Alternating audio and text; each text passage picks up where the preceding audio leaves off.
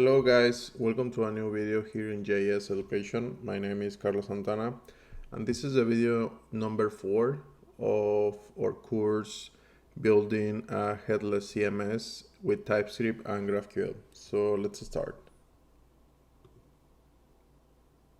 So the first thing we need to do, as always, is to update our packages so we can run ncu-u. And then we are going to upgrade to all these versions. Make sure you use the version I'm getting here on my terminal. This is because if you are watching this video probably weeks later or months later, probably you are going to get newer versions than these ones, and that could have some problems in your code. So make sure you are copying the exact versions that I have here. Okay, so once you did that, now we are going to the resolvers users file and we are going to do some changes there in order to add our login mutation. So the first thing is that after iModels, I need to include iLogin input interface and iOut payload. We are going to create those interface later, and then I need to import the function do login, which is on leave/out, that also we are going to create later in this video.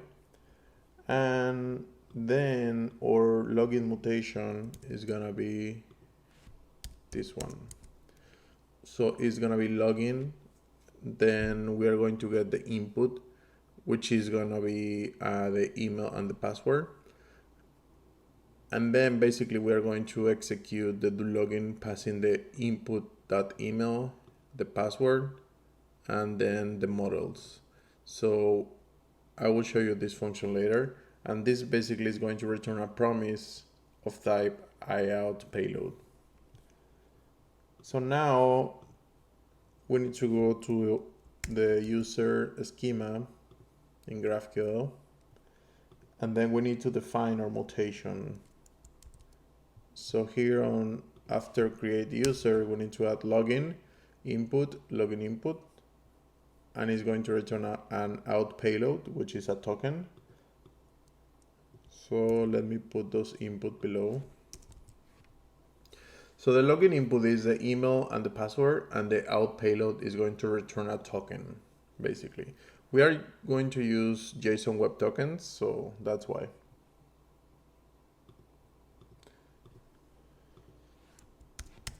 Then if we go to the interfaces file, let me save those files. We can add, after I create user input, we can add the interface iLogin input, which is going to have the email and password, and iOut payload, which is going to have the token. After this, we need to create a folder called leave inside our source. And then we need to create a new file called auth.ts. So from here, the first thing we need to do is to import JWT from JSON Web Token. Make sure you install this package. We already have it on the package JSON, but if you don't have it, just run npm install JSON Web Token. Also, we need to have Apollo server, and then brings the authentication error. Also, we need to import some utils from fogutils, which is going to be the encrypt, setBase64, and isPasswordMatch. The interfaces we are going to use are iUsers, iModels, and iAutoPayload. And then you also need to import the security configuration. Okay, so in this, we need to make this method called create token, which is gonna be asynchronous. Basically, it's receiving the user, and I mean the user is the object from the user with all the information, so we can retrieve the ID, the username, the password, email, privilege, and active. Basically, the token is going to have, I call the token, I mean, for me, the token is the password kind of, but encrypted. So basically, we are going to encrypt our security secret key, and then we are going to concatenate the password. So in that way, we can, this encrypt function basically is performing an SHA-1 algorithm for encryption. After that, we are going to convert this to base 64 using set base 64. And then if you see here on my user data, I'm just putting or saving my ID, username, email, privilege, active, and then token. I'm not saving like explicitly as password. I'm just saving it as a token, and also it's encrypted. So, I mean, if someone gets this information, it's not gonna be like easy to decrypt or to get it. And then the create token, basically we run jwt.sign. The first parameter sends the data with set base 64 of the user data, this one. We are also going to save that data with base 64 to obfuscate a little bit. Then we need to put a secret key, which is gonna be from our security configuration. And then the expires in is like how much time or how many days we want to be expires. This is on our config file. This node security, we have the secret key, and then the expires in is 7 days. And basically we are going to return a promise.all and then an object with the create token promise that is returned with JWT signed. Then, okay, we have two more methods here. The other one is the get user by, and then we pass a where and the models. So this one is to find the user in our database. So basically we are saying like users that find one, we pass the condition and then route through, and we return the user. So this method is being used in our doLogin method that I'm going to explain right now. So this doLogin is asynchronous and is receiving the email, the password, and the models. And basically, we are going to get the user by email, just the email, and that's why we pass here the model, so we can like actually look for that user. And then if there is no user, that means doesn't exist in the database. Basically, we throw an error with authentication error saying just invalid login. We are not going to give a lot of details on what is the problem, just invalid login.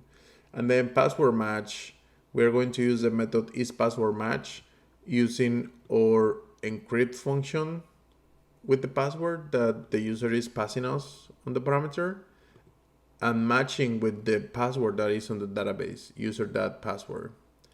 So if that is not a password match, then we also return an invalid login error.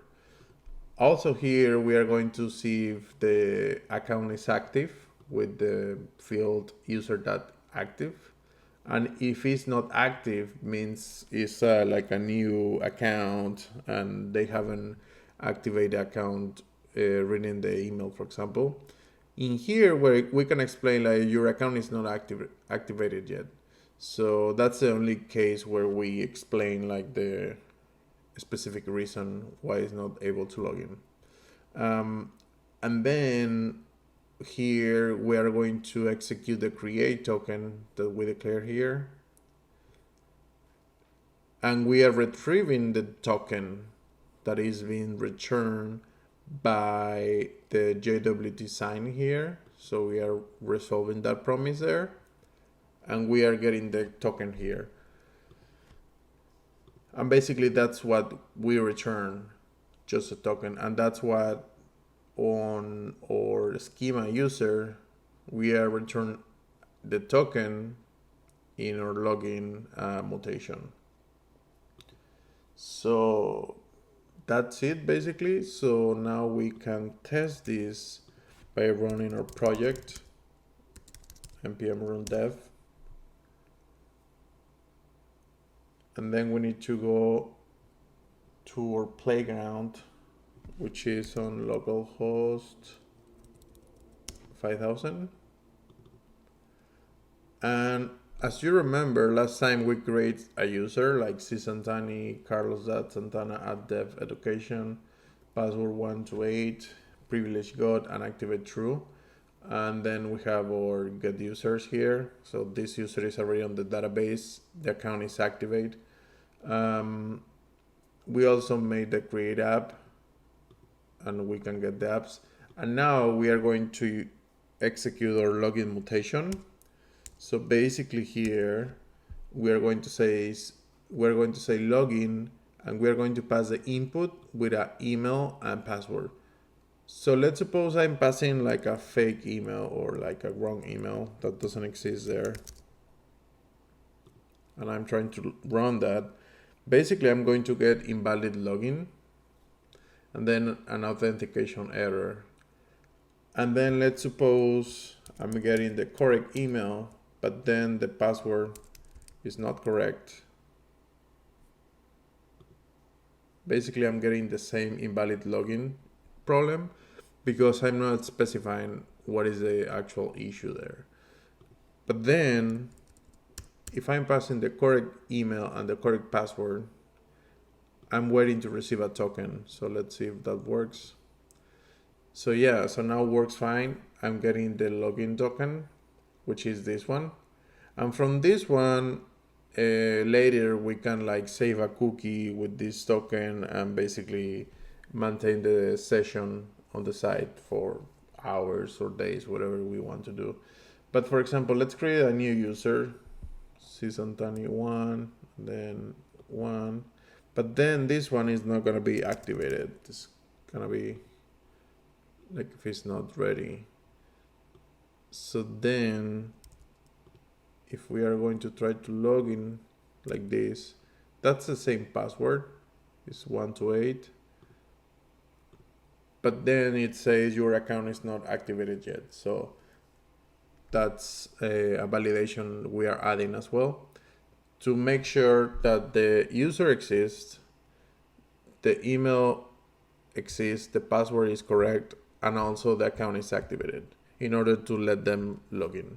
So that's it for this video. I hope you like it.